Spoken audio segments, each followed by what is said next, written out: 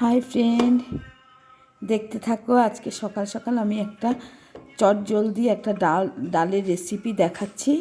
এইভাবে চটজলদি ডাল রেঁধে তোমরা খেতে পারো, খুবই ভালো লাগবে। ওই জন্য আমার তো খুব ভালো লাগে, তাই আমি তোমাদের দেখাচ্ছি।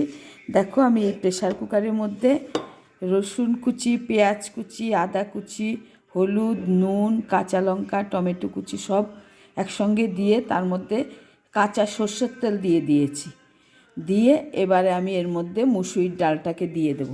দেখতে থাকো।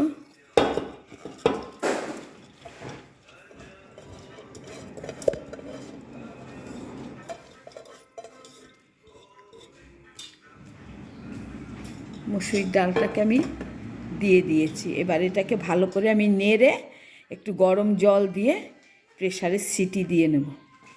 তোমাদের দেখাচ্ছি। দেখো, এভাবে আমি ভালো করে ডালটাকে মাখিয়ে নিয়েছি, সব কিছু দিয়ে মাখিয়ে নিয়েছি। এবার এতে আমি গরম জল দিয়ে দেব। গরম জল দিয়ে প্রেসারে আমি দুটো সিটি, পুরো দুটোও না, একটা সিটি হয়ে যাবে, আরেকটা শস্য করবে আর নামিয়ে দেবো। এভাবে চটজলদি তোমরা রেঁধে খেতে পারো। দেখো বন্ধুরা, ডালটাকে আমি একটা সিটি দিয়েছি, তাতেই এরকম হয়েছে।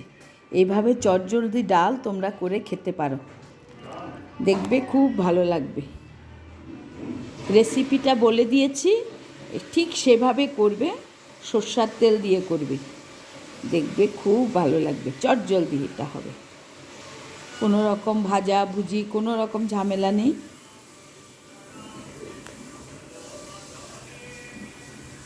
এটা করব আজকে, বেগুন ভাজা করব, ফুলকপির বড়া করব, এই করব চটজলদি।